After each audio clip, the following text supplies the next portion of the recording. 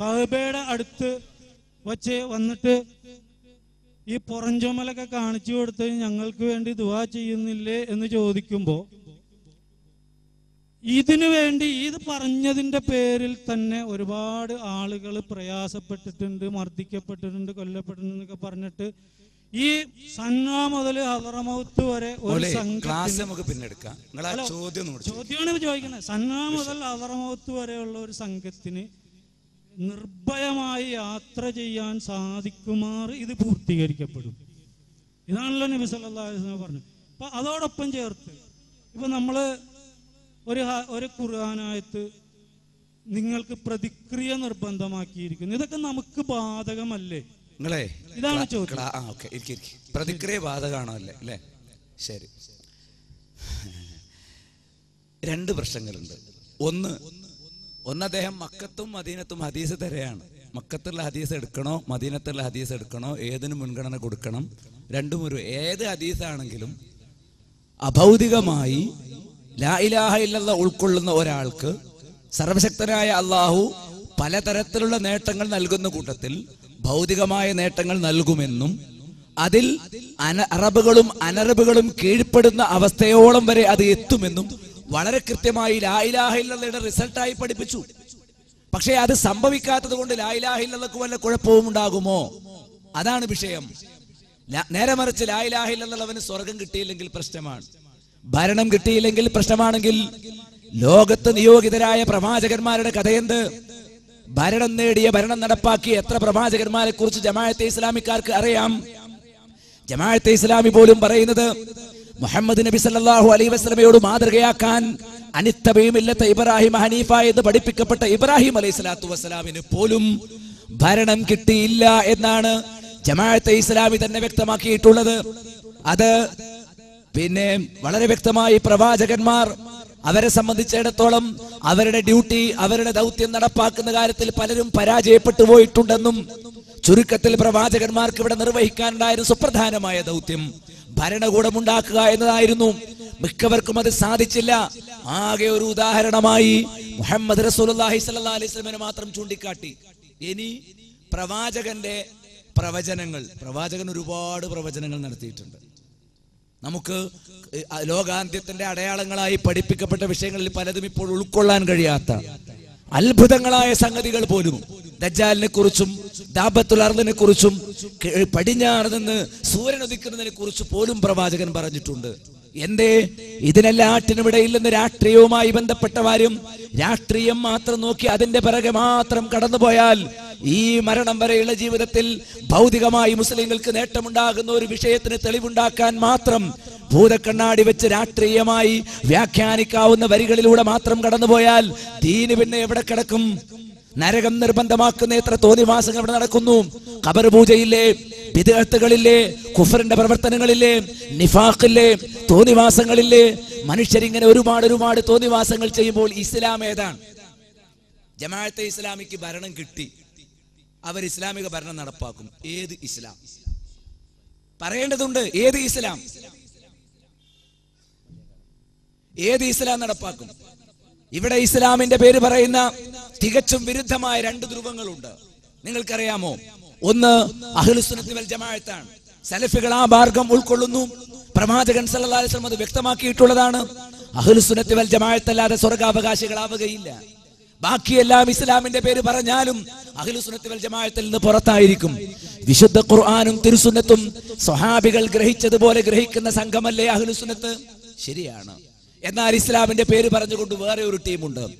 ഇസ്ലാമിന്റെ ഖുർആനിനെ തത്തുല്യമായ അതുപോലെ ഒന്ന് കൊണ്ടുവരാൻ കഴിയാതെ ആ വെല്ലുവിളിയിൽ പരാജയപ്പെട്ടു പോയ നിഷ്പ്രഭരായ അവരെ സംബന്ധിച്ചിടത്തോളം ജൂത സമൂഹം കണ്ടുപിടിച്ച ഒരു വഴി, പണ്ടും അവർ സ്വീകരിച്ചിരുന്ന ഒരു വഴി, ഇസ്ലാമിന്റെ കുപ്പായം ഇട്ടുകൊണ്ട് ഇസ്ലാമിന്റെ വേഷം ധരിച്ചുകൊണ്ട് ഇബ്നു സബ എന്ന് പറയുന്ന ജൂതൻ ഇസ്ലാമിനൊരു പുതിയ വെർഷൻ ഉണ്ടാക്കി. അതിൽ ഖുർആനെ സംശയിപ്പിക്കുന്ന പ്രയോഗങ്ങൾ, സ്വഹാബികൾ മുഴുവൻ കാഫറാണെന്ന് പറയുകയും അലി കുടുംബത്തിൽ ഇമാമത്തും ഇസ്മത്തും അവതരിപ്പിച്ചു കൊടുക്കുകയും പ്രവാചകന്റെ വസിയായിരുന്നു അലി ഇബ്നു അബീ ത്വാലിബ് റളിയല്ലാഹു പറയുകയും ഹാഷിമികൾ മാത്രമേ ഭരിക്കാവൂ എന്ന് പഠിപ്പിക്കുകയും അങ്ങനെ ജൂതന്റെ ആ മതരാഷ്ട്ര ചിന്ത ഇസ്ലാമിന്റെ പേരിലേക്ക് കൊണ്ടുവരികയും ചെയ്ത ഇമാമത്ത് വാദമുണ്ട്. ആ ഇമാമത്ത് വാദത്തിന്റെ അടിത്തറയിൽ ശരിയായ ഖുർആനിനെ അംഗീകരിക്കാത്ത സ്വഹാബികളെ കാഫറാക്കുകയും അതുകൊണ്ട് തന്നെ സ്വഹീഹായ ഹദീസുകളൊന്നും അംഗീകരിക്കാത്ത ഷിയാക്കളിലൂടെ അവതരിപ്പിക്കപ്പെട്ട ഇസ്ലാമാണോ, അതല്ല പ്രവാചകൻ സല്ലല്ലാഹു അലൈഹി വസല്ലം പഠിപ്പിക്കുകയും സ്വഹാബത്തിലൂടെ മാതൃകയാണ് എന്ന് പഠിപ്പിക്കുകയും ചെയ്ത ഇസ്ലാമാണോ? ജമാഅത്തെ ഇസ്ലാം ഏത് നടപ്പാക്കും? അത് സയ്യിദ് ഖുത്ബ് പറഞ്ഞിട്ടുണ്ട്, അത് അബുൽ അഅ്ല മൗദൂദി പറഞ്ഞിട്ടുണ്ട്. ഇവിടെ ഇസ്ലാമിന്റെ തൗഹീദും പ്രമാണബന്ധിതമായ ജീവിതവും അല്ലേ വാണിയമ്പലത്തുകാരനായ ഒരു ജമാഅത്ത് മൗലവി പറഞ്ഞത്, ലോകത്തുള്ള എല്ലാ പണ്ഡിതന്മാരും സലഫി പണ്ഡിതന്മാരും ജമാഅത്തെ ഇസ്ലാമിയുടെ കൂടെയാണ്. കേരളത്തിലെ ഠാവട്ടത്തിലെ കുറച്ച് ചെറുപ്പക്കാർ മാത്രമേ ജമാഅത്ത് ഇസ്ലാമിക്ക് എതിരെയുള്ളൂ എന്നാണ്. ചോദിക്കട്ടെ, എന്നിട്ടെന്തേ ലോകത്തുള്ള മുഴുവൻ സലഫികളും ഇത്രമാത്രം യോഗ്യരായിട്ട് സൗദി അറേബ്യയുടെ രാജാവായ ഫഹദ് രാജാവിനെ കുറിച്ച് ജമാഅത്തെ ഇസ്ലാമിയുടെ നേതാക്കന്മാർ ഖാദിമുൽ ഹറാമൈൻ എന്ന് വിശേഷിപ്പിച്ചു? ഇസ്ലാമിനെ തകർക്കാനും ഖുർആനിനെ തള്ളാനും ഹദീസിനെ ഒഴിവാക്കാനും സ്വഹാബികളെ കാഫറാക്കാനും സ്വഹാബികൾക്കെതിരെ നിരന്തരമായി ഖുനൂത്തിലും അല്ലാതെയുമായി ശാപപ്രാർത്ഥന നടക്കാനും കൂട്ടുനിൽക്കുന്ന ഖുമൈനി ഉണ്ടാക്കിയ ശിഈ വിപ്ലവത്തെ എന്തിന് ഇസ്ലാമിക വിപ്ലവമായി ജമാഅത്തെ ഇസ്ലാമി അവതരിപ്പിച്ചു? ഇവിടെ ഏത് ഭരണമാണ് ജമാഅത്തെ ഇസ്ലാമി വന്നാൽ ഉണ്ടാവുകയെന്ന് നമ്മളൊന്ന് കാണണമല്ലോ. അത് മറ്റൊരു വശമാണ്. ഇനി തീർന്നില്ല. ഇതാ രക്തസാക്ഷ്യം എന്ന് പറയുന്ന ഉസ്മാൻ ബിൻ അഫ്ഫാൻ റളിയല്ലാഹു അൻഹു കാഫറാക്കുന്ന പുസ്തകത്തിന് അവതാരിക എഴുതി കൊടുത്തത് പ്രബോധനത്തിന് ദീർഘകാല മുഖ്യമന്ത്രാധിപരായിരുന്ന ജമാഅത്തെ ഇസ്ലാമിയുടെ തലതൊട്ടപ്പനായിരുന്ന ടി മുഹമ്മദ് സാഹിബ് അവതാരിക എഴുതി കൊടുത്തു. അദ്ദേഹം പറഞ്ഞു, ഇവിടെ നിങ്ങൾ സങ്കുചിത ചിന്തയിൽ അകപ്പെടാതെ വിശാലമായ വീക്ഷണങ്ങൾ കൂടി ഉൾക്കൊള്ളാൻ കഴിയണം. അഹ്ലു ശിയ്യത്തിന്റെ ചിന്തകളും മുസ്ലിങ്ങൾ അറിഞ്ഞിരിക്കേണ്ടത് തന്നെയാണ് എന്ന് അവതാരിക എഴുതി കൊടുത്തിട്ടാണ് അല്ലേ ഇതാ സയ്യിദ് ഖുത്ബിന്റെ വഴിയടയാളങ്ങൾ. ഈ പുസ്തകം ഇങ്ങനെ കടന്നുപോയപ്പോൾ പറഞ്ഞു, ജനങ്ങളിൽ അഭിപ്രായ വ്യത്യാസങ്ങൾ ഉണ്ടാകും. അഭിപ്രായ വ്യത്യാസങ്ങൾ ഉണ്ടായാൽ എന്ത് ചെയ്യണം? ആ അഭിപ്രായ വ്യത്യാസം എങ്ങനെ പരിഹരിക്കാൻ കഴിയും? സയ്യിദ് ഖുത്ബ് പറഞ്ഞു, ഒന്നാമത്തെ തലമുറ പ്രവാചകൻ വളർത്തിയെടുത്ത ഒരു തലമുറയുണ്ട്. ആ തലമുറ ഏത് ആദർശം സ്വീകരിച്ചോ ആ ഒഴുക്കിൽ നിന്ന്, പ്രവാചകന്റെ കൂടെ ജീവിച്ച ആ സ്വഹാബത്തിന്റെ അരികിൽ നിന്ന് പുറത്തേക്ക് നിർജ്ജരിയായി ഒഴുകിക്കൊണ്ടിരിക്കുന്ന ആ ഒഴുക്കിൽ നിന്ന് വേണം സ്വീകരിക്കാൻ എന്ന് എഴുതി വെച്ചു.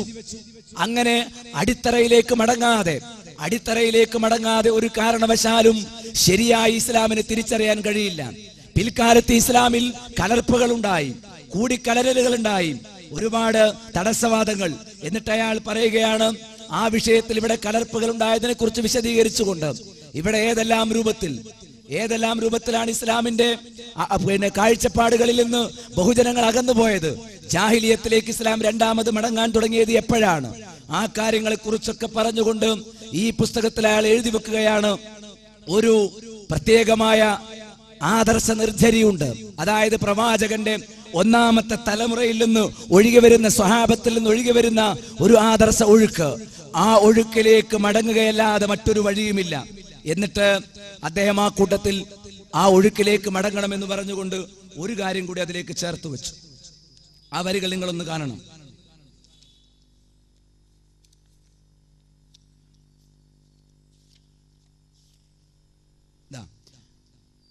അന്യമായ അരുവികളിലെ കലക്കുവെള്ളം പിൽക്കാലത്ത് കടന്നുകൂടി. അങ്ങനെ ആദ്യ തലമുറയ്ക്ക് ശേഷം വന്നവർ സങ്കരമായ നിർധരിയിൽ നിന്നാണ് ദാഹം ശമിപ്പിച്ചത്. ഖുർആനിന്റെ ആദർശ പൊയ്കയെ മാത്രം അവലംബിക്കാതിരുന്നതിനാൽ ആ തലമുറ പിന്നീട് ഒരിക്കലും തിരിച്ചു വന്നില്ല. അറിയാമോ, ഷിയാക്കളുടെ വാദമാണിത്. പ്രവാചകൻ ആദ്യം അഹ്ലു ശിയ്യത്ത് അലി റളിയല്ലാഹു അൻഹു ആണ് തന്റെ അനന്തരാവകാശിയാകേണ്ടത് എന്ന് പ്രഖ്യാപിച്ചിട്ടുണ്ട്. എന്നാൽ ഒന്നാമത്തെ ആ തലമുറയുടെ കാലം കടന്നുപോയി. പിന്നീട് പിൽക്കാലത്ത് പ്രവാചകന്റെ കാലശേഷം അത് മറന്നു. പിന്നീട് അലി റളിയല്ലാഹു അൻഹു അവഗണിക്കപ്പെടുകയും ഉമവികൾ ഉസ്മാൻ ബിൻ അഫ്ഫാൻ വരെ അബൂബക്കർ സിദ്ദീഖിലൂടെ ഉമറിലൂടെ കടന്നു വന്ന് പിന്നീട് ഉമവികൾ നേരിട്ട് ബനൂ ഉമയ്യ വംശം ഭരണത്തെ ഏറ്റെടുക്കുകയും പ്രവാചകന്റെ ആദ്യകാലത്ത് ഒഴുക്കിനെ തറപറ്റിക്കുകയും ചെയ്തു എന്ന് വ്യക്തമായി എഴുതിയ ആ ആദ്യകാലത്തെ ശരിയായ തലമുറ ഉൾക്കൊണ്ടില്ല. ആ സിദ്ധാന്തം ഉൾക്കൊള്ളാതെ പിന്നീടുള്ള കലർപ്പാണ് അബൂബക്കർ സിദ്ദീഖ് റളിയല്ലാഹു അൻഹു പിന്തുടർന്നത്, ഉമറുൽ ഫാറൂഖ് പിന്തുടർന്നത്. അവർ ജിബ്തും താഗൂത്തുമാണ് എന്ന് ഖുമൈനി പറഞ്ഞു. ആ ആദിമ തലമുറയിൽ നിന്ന് പിഴച്ചുപോയി എന്ന് അലി ശരീഅത്തി പറഞ്ഞു. ആ അലി ശരീഅത്തിയുടെ വാദങ്ങളെ ന്യായീകരിക്കുകയാണ് സയ്യിദ് ഖുത്ബ് അൽ അദാലത്ത് ഫിൽ ഇസ്ലാം എന്ന തന്റെ കൃതിയിൽ ഉസ്മാൻ റളിയല്ലാഹു അൻഹു അടക്കമുള്ള സ്വഹാബികളെ കുറിച്ച് സംശയങ്ങൾ ഉന്നയിച്ചു. ഖിലാഫത്തും രാജവാഴ്ചയും എന്ന പുസ്തകത്തിൽ അബുൽ അഅ്ല മൗദൂദി ആദ്യത്തെ 3 ഖലീഫമാരുടെയും രാഷ്ട്രീയ നിലപാടുകളെ കുറിച്ച് സംശയിപ്പിച്ചുകൊണ്ട് വരികൾ എഴുതി. അപ്പൊ അതിന്റെ അർത്ഥം